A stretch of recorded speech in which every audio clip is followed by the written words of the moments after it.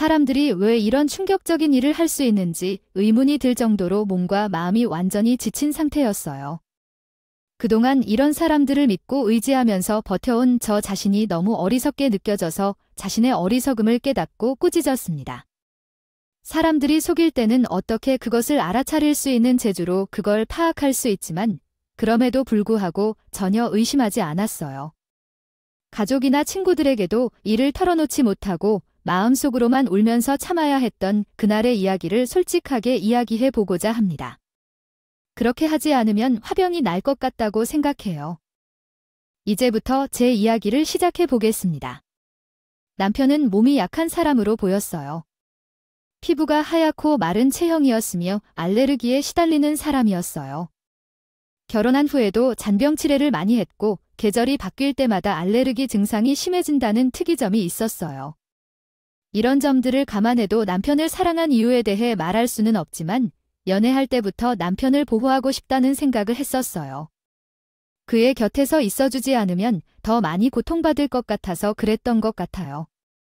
아프다고 하기도 했고 딱 봐도 흔하지 않아 보일 정도로 생겼으니 우리 집에서 결혼하기로 했을 때 부모님이 반대를 했어요. 그런데 사람들은 결코 고지식한 새는 아니겠죠. 집에서 반대를 들으니 오히려 더 욕심이 생기더라고요. 저는 안 된다고 해도 병이 심하지 않은 남편이니까 옆에서 보살펴주고 지켜주고 싶다며 강력하게 항변하며 결혼을 결심했어요. 우리야 크게 문제가 없으니 건강한 상태에서 오래오래 함께 해보자고 하는데 그게 어려울까요? 소중한 서로를 만나 평생 함께 지내자 해서 저희는 걱정하지 말라고요. 세상에서 감기 없이 사는 사람이 어디 있겠어요. 다른 이들과 같아요. 어떻게 될지 궁금해져. 너무 건강하게 살아갔다면? 하지만 그것도 이건 세상 흔한 일 아니겠죠. 결혼한 후로는 처음 해보는 짓인데 우리 속마음이 서로 닿았어. 결혼하고 싶어하는 사람과 결혼하려는데 엄마가 왜 계속 반대하는지 이해가 안 돼서 그래요? 평생 함께 하고 싶은 님이니까요. 부모님의 반대를 이길 만큼 남편은 저에게 헌신하는 사람이었고 최선을 다하는 사람이었어요. 저를 기쁘게 하기 위해 노력하는 사람을 만나서 좋아했어요. 저는 한 번도 싫다는 말을 한 적이 없는 정도로 항상 그의 부탁을 들어주었죠. 그 사람은 수능 하루 전이라도 집안이 중요한 가부장적인 분위기고 그의 선호 사상도 깊게 뿌리박혀 있었어요. 그가 외동아들이었기에 남편에 대한 기대가 매우 커서 어떤 것은 하늘도 찌르게 할 만큼이었지만 남편은 어릴 때부터 병약해서 자주 병가를 내야 했고 학업에 집중할 수 없는 상황이었어요. 그 노력에도 불구하고 성적이 좋지 않았고 더욱 심각한 것은 건강 문제로 학교를 자주 빠지는 일도 있었죠. 수업 진도를 따라가기 힘든 상황이라 학업을 제대로 이어가지 못했던 것이었어요. 부모님은 늘 걱정이 많았고 우리 아들이 장가갈 수 있을지 걱정하셨대요. 그래서 결혼 상대로 골골거리는 사람을 만나 결혼까지 할 수 있을지 걱정도 했던 것 같아요. 그렇기에 결혼을 결심하고 시댁에 인사를 드리러 갔을 때 부모님은 볼 것도 없이 결혼을 승낙해 주셨어요. 연애를 오래 하고 결혼 준비를 착실하게 해왔기에 시댁에서는 좋은 반응을 보였지만 우리 집에서는 반대의 의견도 있었어요. 양가 모두가 함께 모여 결혼 이야기를 나누는 동안 우리 부모님은 조금 불편한 표정을 지었던 것 같아요. 그러나 제가 결혼을 결심하고 상대를 믿고 새로운 삶을 시작하자는 마음을 가지고 결혼 준비를 하면서 부모님들도 그 결심을 받아들이게 되었어요. 결혼은 둘 사이의 사랑과 신뢰로 이루어진 것이었고 그것이 두 가족을 하나로 연결시켰던 것 같아요. 비록 격식이고 차갑게 보이지만 희박하고 찬바람 속에도 시댁이라고 생각되는 남돌릴 집에서는 아무 말을 할 수 없었습니다. 본인의 권위가 최고라고 생각하며 사는 시아버지께서 우리 친정 부모님 앞에서는 매우 공손하셨어요. 아마도 남편이 아니면 제가 정말 결혼하지 못할 것 같다고 생각하신 건지 시부모님 입장에서는 쟤를 절대 놓치고 싶지 않은 것 같아요. 아이들이 서로를 좋아한다고 말하는 것은 얼마나 기쁜 소식인가요? 저희 집에 소중한 따님이 오신 것에 정말 감사드립니다. 결혼이라는 것은 두 집안이 만나는 것이겠죠. 사돈님들의 인상이 너무 좋아서 마음의 짐이 사라지는 기분입니다. 말을 솔직히 하면 결혼을 허락한 적은 없지만 우리 딸이 선택한 상대로 이 자리를 만들었습니다. 아직도 걱정이 많네요. 사위 걱정은 정말 많다는 말이죠. 몸도 빚이라고 이런 사람이 내 딸을 어떻게 지켜줄까요? 우리 딸이 기뻐한다면 이 자리에서 참석했지만 친정아버지께서 솔직하게 말씀하시자 부모님들도 당황해하셨지만 당황스러운 상황에서도 아무런 말도 못하고 허허하시며 웃으셨어요. 그런 자리에서 대놓고 마음에 들지 않는 티를 낸 아버지의 행동에 당황스러웠고 불편했지만 어쨌든 참아야 했어요. 저도 마찬가지로 그렇게 생각했어요. 그곳에 아직 30이 되지 않은 20대 후반인데 왜 이렇게 빨리 시집가려고 하는지, 몇 년간 부모의 품 안에 있다가 나면 좋으려는데 친정어머니까지 아버지의 말에 따라 결혼을 좀 더 미뤄야겠다고 했습니다. 이에 대해 어떻게 해야 할지 난리가 났어요. 우리 집에서 이야기하니 충분히 시어머니가 기분 상할 수 있으며 무례하다 생각할 수도 있겠지만 이런 말을 해야 했던 모습이 민망했어요. 얼마 후 부모님께서 이 자리에 나와 허락해 주신 점 정말 감사합니다. 저희 아들은 많이 아프더라도 큰 병은 단 한 번도 없었어요. 걱정하지 마세요. 우리도 계속해서 건강관리에 힘쓰고 있으니까요. 아유 그대로 이야기할 때 행복해 보였지만 제가 다 화끈거렸기 때문에 민망했어요. 결혼까지 했지만 남편과 함께 살다 보니 꽤 행복한 결혼 생활을 하게 되었어요. 평소에 남편은 기관지가 약해서 감기에 걸리면 폐렴까지 번진다고 생각돼서 하루 종일 옆에서 간병했어요. 열이 올라가면 얼마나 심각한지 알 수 있었는데 남편은 괜찮다고 말했지만 난 여전히 헌납하는 남편의 얼굴을 보는 것은 정말 마음이 아프다고 느꼈어요. 그러나 한 가지 행복한 점은 남편을 돌보며 함께하는 시간조차도 좋았다는 것이었어요. 남편은 이전에 직장 생활을 하다가 자주 아프고 병가를 내야 했기 때문에 사업을 시작했고 라탄으로 만든 제품을 인터넷 쇼핑몰에서 판매하며 성장했어요. 제 수입이 필요해서 회사를 다니고 있었는데 남편이 혼자 사업을 하다 보니 집에서 재택근무를 하게 되었고 건강 문제로 인해 어려움을 겪고 있었어요. 남편은 기관지가 약하고 폐 쪽이 약하게 태어나서 건강에 신경을 써야 했고 어릴 때 수영 중에 물에 빠진 적도 있었다고 해요. 그때 폐통에 물이 차면서 폐통이 더 약해지고 폐렴을 자주 앓게 되었다. 절대적으로 기관지에 해로운 담배 같은 것은 입에도 들어가지 않는 사람이었다. 어쨌든 나는 출근을 하러 직장으로 향했는데 남편이 감기 기운이 있다고 했다. 살살 열이 오르는 것 같다고 슬쩍 느꼈다. 어떻게 해야 할지 모르겠다. 오늘은 반드시 회사에 가서 일을 해야 하는 날이라 휴가를 내기는 좋겠지만 연차도 없고 출근해야 할 것 같다. 그렇지만 남편의 열이 계속해서 올라가는 것 같아 걱정스럽다. 괜찮으니까 너무 신경 쓰지 말라고 하지만 이렇게 몇 번이나 열이 오르는 것도 아니었고 일단 회사에 출근해야 할 것 같다. 일 중에 무슨 일이 생겨도 전화하라고 언제라도 받을 준비가 돼 있으니 걱정하지 말라고 했다. 남편에게 신중하게 말을 끝내고 출근하기로 했다. 하지만 그날 남편이 쓰러지는 사건이 발생했다. 일을 하고 있는데 남편이 아무 소식이 없어 걱정되어 전화를 걸었지만 전화를 받지 않았다. 불안한 마음에 계속 전화를 해봤지만 계속해서 전화가 통하지 않았다. 어쩔 수 없이 시부모님께 전화를 했고 그들은 서둘러 우리 집으로 와서 남편을 발견했다. 결국 남편은 응급실로 실려가야 했고 폐렴 증상이 매우 심각하여 철저한 치료가 필요했다. 부모님은 그이가 괜찮다고 말씀하셨지만 병원에 입원해야만 했다. 죄송스럽고 미안하다. 더 잘 살펴봤어야 했다. 했지만 그렇다고 해서 너에게 얼마나 고마운지 알 수 없어.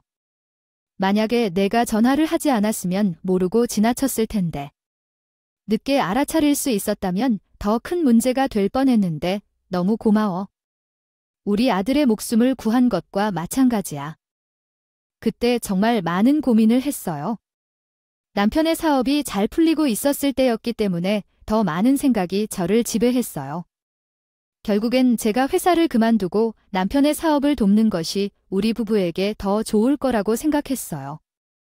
회사에서 벌었던 돈만큼 남편의 사업에서도 벌 수 있을지는 모르지만 그래도 남편 곁에서 좋은 일을 할 수 있고 일상적인 부분에서도 자유로웠어요. 저가 일을 그만둘 때 시 동안 부모님은 찬성을 했지만 당연히 시 부모님은 반대를 했어요. 그렇게 되면 고정 수입도 사라지게 되는데 너희 부부는 정말 괜찮은 건가요? 사업이 잘 되다가도 한순간에 무너질 수 있어? 지금은 유행하는 물건이지만 나중에는 어떨지 모르는데 그냥 회사에 붙어 있는 게 좋지 않을까 싶어. 물론 멀리 내다보면 사업이 어떻게 될지 불안하긴 하지만 그래도 그이랑 저랑 아이를 가지고 싶은 계획도 있고 임신 준비 중이기도 하고요. 어차피 육아를 하려면 직장 생활하기 어렵고 불편할 텐데 지금부터 키우는 것도 좋을 것 같고요. 임신 준비 중에 있다는 건 아이를 몸속에서 키워나가고 있는 중이라는 뜻이겠죠. 너무 손주를 보고 싶어 하시는 분들이지만 부모님을 설득하는 것이 중요한 문제이며 임신에 대한 좋은 방법이라고는 없다는 것이 사실이라고 하더라고요. 우리 부모님은 예전부터 아이를 맴도셨는데 손주 촬영에 열광해 오신 것 같았어요. 그래서 일부러 임신 이야기를 꺼내보았고 결국 부모님이 마음대로 하라고 했어요. 그 말은 즉슨 찬성이라는 뜻 같았어요. 그래서 바로 사직서를 내고 오래 다니던 회사를 떠나기로 했어요. 퇴직금을 받자마자 남편과 함께 동남아로 여행을 떠나게 되었죠. 거기서 라탄 제품을 직접 보며 새로운 디자인을 들여올 준비를 하는 것이 좋을 것 같다는 생각이 들었어요. 이제 남편과 함께 쇼핑몰을 운영하고 있고 서로 의견을 나누어 미래를 준비하고 있답니다. 함께 발로 뛰어가며 상품을 들여오고 그 결과 매출이 늘어나며 사업이 성장했어요. 남편과 제 사이는 사업을 하며 의견이 잘 맞아 부딪히는 일도 거의 없었죠. 인테리어에도 관심이 많아 유행을 따라가는데도 부족함이 없었어요. 매출이 늘어 부부 생활에 지장이 없을 정도로 행복했지만 시댁과 친정에서는 계속 이야기가 이어졌어요. 우리는 빨리 아이를 가지라는 잔소리를 듣기 시작했어요. 너는 직장을 그만둔 이유가 아이를 가지기 위해서라고 말하지 않았었니? 하지만 몇 달이 지나도 아직까지 임신 소식은 없어. 너희들은 늙은 것도 아닌데 임신은 하늘이 주는 것이라고 하지만 서로 몸을 관리하면서 준비를 해야 하지 않겠어? 친정에서도 아이를 가지겠다고 말했고 회사를 그만둔 지 어느 정도 시간이 지났는데 소식이 없어서 걱정했어요. 시댁에서는 더 심하게 다그쳤어. 둘 다 이제 30대로 접어들었기 때문에 더 이상 늦춰선 안 되는 것 아니냐며 지나치게 말씀하셨어. 우리가 부모님을 속이려고 한 것은 아니었고 사실 우리는 임신을 위해 많은 노력을 했어. 하지만 아이가 잘 생기지 않아서 실패할 때마다 슬퍼했어. 시간이 지나기만 하면서 부모님도 조금씩 신경이 매겨지는 걸 느꼈어. 물론 알아서 계획을 세우고 임신하려고 노력했지만 우리 아들이 외동아들이라는 사실이 대를 잇는 것이 중요하다는 점을 이해하고 있었고 아이가 없다면 우리가 죽어서 조상들이 우습게 볼 거라고 생각해서 긴장하고 있었어. 아이를 가지려면 하늘에 물이라도 올리라고요. 부탁드릴게요. 꼭 함께 교회에 가서 기도를 드려볼까요? 우리 목사님 며느리도 기도하다가 임신했다고 하더라고요. 우리 시어머니는 정말 헌신적인 기독교 신자로 월요일 빼고 매일 교회에 출석하시고 기도실에 혼자 들어가서 기도도 하고 수요일 예배도 금요일 예배도 다 참석하시던 분이셨어요. 그분의 열정은 제가 임신하기를 기도하기 위해였다고 해요. 저는 무교였어서 그런 기도가 소용이 있을지 의문스러웠지만 시어머니에게 티를 내거나 하진 않았어요. 여러 해가 지날 때마다 시댁에서 제 탓을 돌릴 때가 시작되었어요. 몸에 문제가 있나? 여자 탓이라던데 저는 화가 나서 산부인과에 갔고 의사의 소견서를 시부모에게 보여주며 당당하게 반겼어요. 거기에는 몸에 이상 없고 자연 임신 가능한 상태라고 써 있었어요. 사실이니까 이제는 스트레스 주지 말아주세요. 의사의 소견서를 받은 시부모님께서는 아들 탓이라며 논란이 되었어요. 나는 그것이 발생한 것인지도 의심했다. 아무 소리도 못하고 참고 있었다고 말씀하셨다. 솔직히 나는 그런 검사를 받으면서 남편을 살해하고 싶은 마음은 없었다. 그러나 어느 날 왜 남편의 폐에 섬유종이 발생했는지를 탓해버리고 말았다. 그래서 어떻게 해야 할지 모르겠다. 나는 그런 행동을 한 이유 때문에 남편이 본인 때문에 임신이 잘 안 되는 것인가 의심하게 되었다. 그러나 나는 그것이 남편의 잘못이라고 생각하지 않았다. 시누이들의 타령과 잔소리에 지쳐서 한 행동이었던 것이다. 운명이 함께 되지 않아 아이가 생겨나지 않는 것은 무엇인지 생각하지 않았다. 때때로 일부는 경솔해져야 할 완전성에 대한 중년에 임신하는 것에 대해 많이 고민했다. 임신에 대한 고민이 점점 심해지자 어느 날 우리 남편에게 큰 일이 생겼다. 폐가 약한 우리 남편은 폐섬유종이라는 질병을 얻게 되었다. 이 질병을 들어본 적이 있나요? 병은 처음 듣게 되었고 폐를 다음과 같이 딱딱하게 만드는 만성 염증 세포의 침투로 인해 발생한다. 폐소가 약했던 나쁜 상태에서 손실이 발생하면서 발생하는 병이었다. 이러한 질병이 발견되어 정밀 검사로 확인되었지만 병원에서도 어떻게 대처해야 하는지 알 수 없다고 하셨다. 무엇을 할지 감이 안 온다며 머리를 숙이셨다. 대림종였다면 치료할 수 있는 것이 있는데요. 약물 치료를 받아도 호전되지 않는 허슬린 증후군을 앓고 있는 부부가 있었습니다. 이 질병은 치료할 방법이 없어 폐를 굳히고 호흡이 불가능한 상태로 이르는 심각한 질병입니다.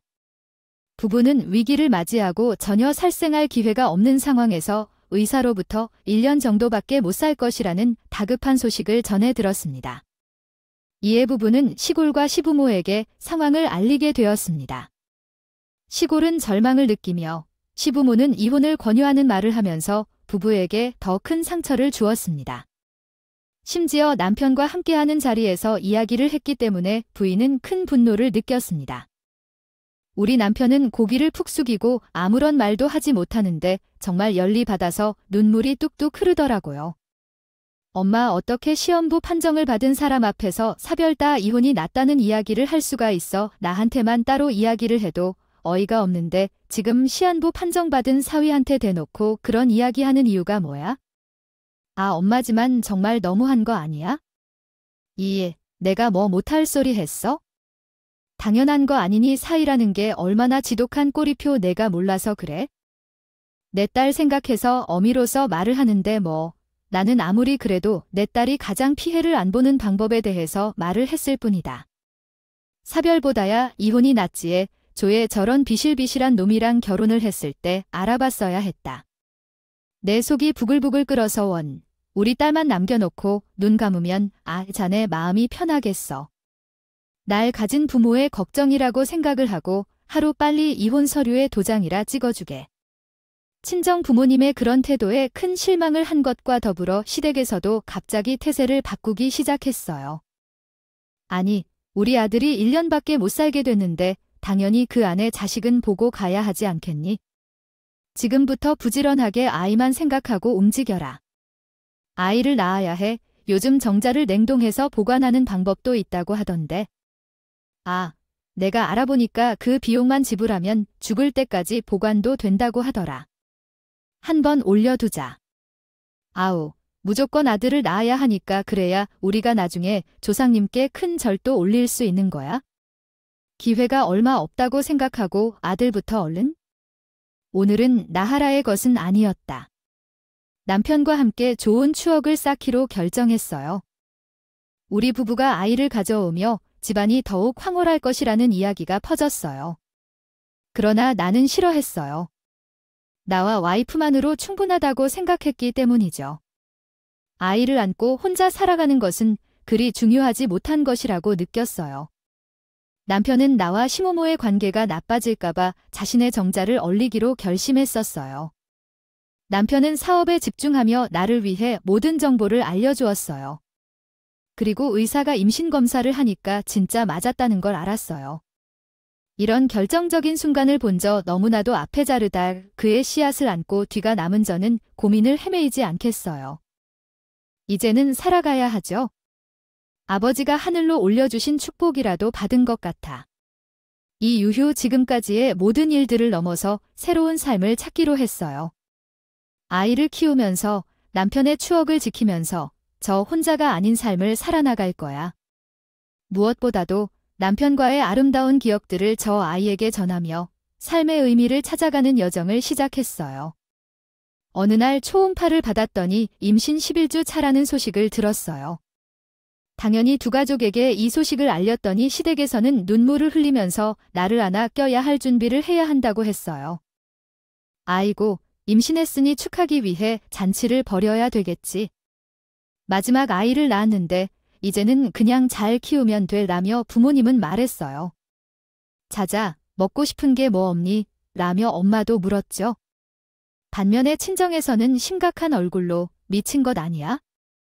아까 얘기는 임신했다고? 아직 이르다. 없애야겠어 라며 화들짝 놀라는 반응을 보였어요. 생각할 게 뭐 있어? 아이 나오면 다신 우리 얼굴 보지 말라. 우리를 도와달라고 하지 않을 거야? 친정에 오면 안 돼라는 말에 절망하게 되었죠. 그렇게 혼자 남편과 함께 지내며 임신을 유지하고 있었어요. 몇 달 후, 딸이 태어났어요.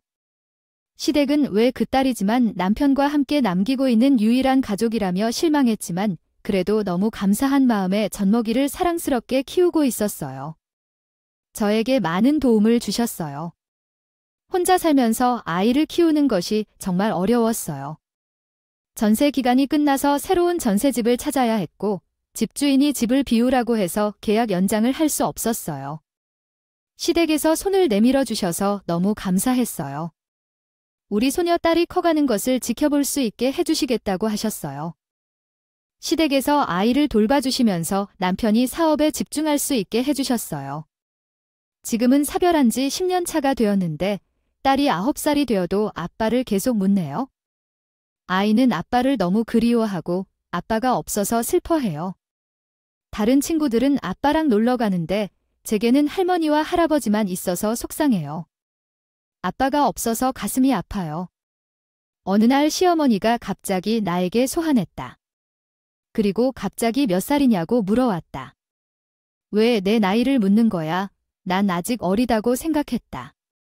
시간이 정말 빨리 흘러갔다. 시어머니와 처음 만났을 때는 20대였는데 벌써 10년이 지났다. 어쩌면 내가 지금은 그들의 쫓기를 받고 싶은 것인지도 모른다. 집에서만 아이를 돌보고 일을 하다 보니 남자를 만날 시간이 없다. 시어머니에게 내가 쫓겨나길 원하시나요? 혹시 남자를 소개시켜 주실 건가요? 시어머니가 갑자기 그렇게 말했었다. 난 너가 너무 힘들어 하는 것 같아. 도와줄 만남이 있었으면 좋겠다고 생각해. 그래서 나도 예기청 모를 말을 했었고 때마침 소녀가 아빠에 대해 물어봤다. 양아버지가 있는 게 좋다고 생각했는데 이젠 지금도 충분히 젊다. 재혼하고 새 아기도 낳을 수 있을 텐데. 한동안 나는 생각에 잠겨 있었다. 내가 행복한 삶을 살 수 있다고 느꼈기 때문이다. 그래도 시어머니는 내게 남자를 소개시켜줄 기회가 있다고 말했다. 처음에는 그에 대해 이해하지 못했지만 내 인생에서 새로운 시대를 시작해볼 때인 것 같다. 더 이상 시어머니를 걱정할 필요가 없다. 함께 행복한 인생을 살아갈 것이다. 내가 들었던 어떤 이야기에서는 저 남자가 이야기하는 사람의 아내에 대해 궁금한 말을 했어. 그 남자는 자신의 아내가 알아서 살았고 돈을 벌어서 잘 살아왔다며 연설했어. 하지만 그는 여전히 함께 가지 못한 아내가 있고 그의 속마음은 그와 잘 어울릴 것 같다고 생각하는데 꾀하고 있었어. 생물아, 제 남편은 지금까지 참가를 가지 못해 그녀와 행복하게 살아왔고 당신도 우리의 딸과 함께 행복하게 사느니 너 자신은 또한 나쁘지 않다고 생각한다. 요즘에는 결혼이 선택의 문제라는데 너의 결론을 결정하기 전에 한번 만나보자며 말했어. 그에 대한 대답은 거부했지만 놀랍게도 시어머니는 계속 나에게 한번 만나보라고 제안했어. 그들은 안정된 삶을 살고 있어. 나의 딸도 아버지에 대해 말하며 나는 만날 만한 좋은 사람을 만나야 한다. 이별은 죄악이 아니라고 생각해 여러 번 거절했지만 결국 시어머니는 계속해서 한 번만 만나보라고 권유했어. 마침내 나는 그녀의 압박에 지쳐 이야기를 꺼내 말했어. 한 번만 만나면 결정을 내리겠다. 이처럼 나는 소개팅이 아닌 소개팅 자리에서 만났어. 그 남자는 내 남편보다 비슷한 느낌을 줬어. 당연히 건강하고 형편이 좋아 보였지만 뭔가 이상하리만큼 내 남편이랑 비슷한 느낌. 이야기에서 그의 생각이 나기까지 비슷해서 나는 더 이상 할 말이 없었어. 환생을 한 것 아닐까 싶을 정도로 나는 그 남자와 함께 식사를 하고 시어머니가 집까지 마중을 나와서 코치코치 물으면서 어때? 내 얘기 맞지? 건실한 사람이라고 성격도 좋고 유순하다고 들었는데 우리 며느리랑 찰떡이겠지? 그럭저럭 나이도 맞고 대화는 잘 통하더라. 무슨 직업인지는 잘 모르겠지만 대화가 잘 통하고 느낌이 딱 좋은 사람이란 말야. 애미야, 나도 모르게 널 오래 붙잡고 있었네. 그 남자랑 결혼하고 같이 살면서 느낌 좋은가 봐. 아유, 시작부터 다 어떻게 잘 맞을 수 있겠니? 갑자기 결혼을 하고 같이 살라고 하니까 도대체 왜 그러지 싶더라. 뭐, 한 번 만난 거 불과하고 결혼 얘기를 하냐고. 나 딸도 아니고 며느리도 아닌데 이상하지 않아? 하루 이틀 그런 것도 아니고 눈만 마주치면 결혼하라는 델로. 왜 옆에서 시아버지가 시어머니 옆구리를 찌를 정도로 시선을 보내는지. 처음에는 그냥 웃고 왜 그래 하고 말했는데 시간이 지날수록 이상한 느낌이 들었어. 지금도 아이와 함께 잘 사업하면서 잘 살고 있는데 계속 남자가 없으면 안 되는 것처럼 결혼을 해야 한다는 듯한 얘기에 대꾸를 하지 않으면 시끄럽게 말하더라. 그 남자는 연봉이 얼마나 들었느냐, 나 증도 아주 잘 모은다 하더라. 이제 소녀딸이 자라면 돈을 많이 들어가야 할 텐데. 결혼해서 가정을 이루는 것이 중요한 게 아니라고 어머니, 저가 알아서 할게요. 이제 그만 좀 하세요. 저는 여태까지 10년이란 세월 동안 혼자 아이를 키우며 잘 살아왔거든요. 남자 없이도 괜찮게 살 수 있어요. 내가 너무 아까워서 그래요? 저희 며느리가 독수 공방을 10년째 하고 있는데 아무튼 그 남자가 딱 좋아. 꼭 그 남자랑 결혼해야 해요. 곧 몰아붙이는 시어머니가 어느 날부턴가 수상하게 느껴졌어요. 자꾸만 결혼 이야기를 하길래 의문이 들었죠. 그래서 일부러 외부에 일이 있어서 나간다는 거짓말을 하고 시댁에 녹음기를 설치해두고 집을 나섰어요. 거실 소파에 하나, 현관 근처에 하나 녹음기를 설치했죠. 집이 크지 않아서 그쪽에 설치를 해두면 웬만한 소리를 작게라도 녹음할 수 있을 거라고 생각했어요. 어쨌든 하루 종일 밖에 있다가 집에 들어오니 시어머니가 저녁을 차리고 있었어요. 네, 알겠어요 하고는 몰래 거실에 설치한 녹음기와 현관에 있는 녹음기를 회수의 방에 가져다 놓았어요. 아무렇지 않게 저녁을 먹으며 실없는 이야기도 하고 아이랑 같이 씻고 잘 준비해 방에 들어가서 녹음기를 틀어봤어요. 그런데 정말 세상에 이런 일이 있을 수 있다는 게 놀랍더라고요. 그림을 상상해보면 거실 소파에 앉아 시어머니와 시아버지가 대화를 하고 있던 것 같았어요. 그들의 목소리가 아주 선명하게 녹음되어 있는데 정말로요. 제 예상대로 모든 일이 잘 진행되고 있습니다. 가능한 한 빨리 손자를 만날 수 있도록 계획을 따라가야겠죠. 시간이 흐르면 제가 임신하지 못할 수도 있어 걱정이 되네요. 그러니까 바쁘게 움직이는 게 좋을 것 같아요. 결혼하라고 설득하기 위해 매일 이야기하는 것도 효과가 있을 거예요. 냉동 정자가 잘 보관된다는 소식을 듣고 정말 기뻐요. 이런 혁신적인 기술이 개발된 것에 감탄하죠. 돈을 내면 무기한으로 보관해준다는 것도 참 믿음직스럽죠. 결혼 브로커를 통해 이상적인 조건으로 만나는 것도 정말 놀라운 일이네요. 마치 일석이조인 것 같아요. 계획대로 진행되도록 냉동 정자를 사용해야 하니 조심해야겠죠. 남자 쪽 집에서는 모르는 것 같아 다행이네요. 계획이 성공할 때까지 조용히 지켜보도록 하죠. 임신만 하고 나면 우리가 나서서 다 터뜨리고 이혼시키는 모습은 조금 이상하지 않나요? 상황에 따라 벌어질 수 있는 일이지만 끝까지 가면서 이런 결말을 맞이하는 것은 참 어려운 상황이겠죠. 어쨌든 결국 이렇게 되어버린 며느리는 어디로 가겠어요? 여러 가능성 중 우리 집으로 들어와야 할 것으로 보입니다. 우리는 손주를 보며 행복한 노후를 즐길 수 있겠지요. 그 말인즉슨 제게 소개시켜준 사람은 관심 없는 여자에게 무관심한 남자였습니다. 그 사실은 남자 집안에서 알려지지 않았고 남자는 무관심을 숨기기 위해 가짜 결혼을 필요로 했기 때문에 중개인과 연락을 취했습니다. 시댁은 남편의 냉동 정자를 거부하고 아이를 낳지 않겠다고 했어요. 그래서 재혼을 통해 남편의 아들을 받아들이는 법을 포기했고, 진실은 분명하지 않을까요? 모두가 나를 속이려고 몰래 녹음 카메라를 설치해 놓은 것은 아닌지요. 그냥 지나치기 어려운 일이었어요. 아이가 잠들면 곧바로 시부모님 방을 찾아가서 녹음 파일을 재생시켰어요. 이런 행동을 할 수 있는 이유는 무엇인지 궁금했어요. 어떻게 사람이 이런 행동을 할 수 있는 거죠? 이런 미친 짓을 왜 했을까요? 왜냐하면 그 아들이 무슨 일이든 중요하다고 생각하는 게 맞는 건가요? 이런 상황에 어떻게 대처해야 할지 고민했죠. 이는 진실이 중요한 부분이라는 생각이 들었고, 왜 우리를 믿지 못해 외부에 녹음기를 설치한 건가요? 다름 아니라 소녀딸에게 무슨 일이 일어날까 두려워해서 그러는 것이 아닐까요? 누가 큰 소리로 화를 냈다면 상황이 어떻게 풀리는지 궁금했어요. 정말 키를 들어서 화를 내야 할 사람은 누굴까요? 요점을 이해하기 위해 더 많은 정보와 세부 내용이 필요할 것 같아요. 계속해서 설명해 주세요. 그 어둡고 괴로운 이야기 속에서 폭력과 감정이 교차하는 장면은 너무나 충격적이었습니다. 하지만 이야기 전개가 흥미로워서 마지막까지 이어나가고 싶습니다. 결말은 어떻게 펼쳐질지 궁금하네요. 계속 이어서 이야기를 적어주세요.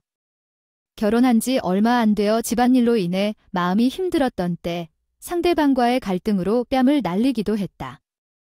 대를 이어야 한다는 부담과 손자가 필요하다는 압박에 스트레스 받았다. 어렸을 적에는 말도 못하는 채 소리치기도 어려웠지만 결혼한 후 친정집에 자녀와 함께 오면서 처음에는 어색하고 쌀쌀한 분위기였다. 10년이 넘는 세월 동안 대화가 끊겨 있어 냉소적인 분위기였다. 그러나 자녀로부터 사랑과 이해를 받으며 노부모들에게도 사과를 받았다. 오랫동안 어리석었던 것을 깨닫고 용서와 화합을 이루었다. 얼마 후 시댁으로 찾아온 노인들은 부모님을 찾더니 자녀의 모습을 보고 싶다고 부탁했지만 거절하고 보내버렸다. 요즘에는 남편이 물려준 사업을 성공적으로 이어가고 친정 부모님과도 잘 지내고 있다. 화해를 이루고 딸을 잘 키우며 행복하게 살고 있습니다. 제 자아 성찰에 관한 이야기를 끝까지 들어주셔서 감사드리고 악플 대신 긍정적인 의견을 남겨주시기를 부탁드립니다.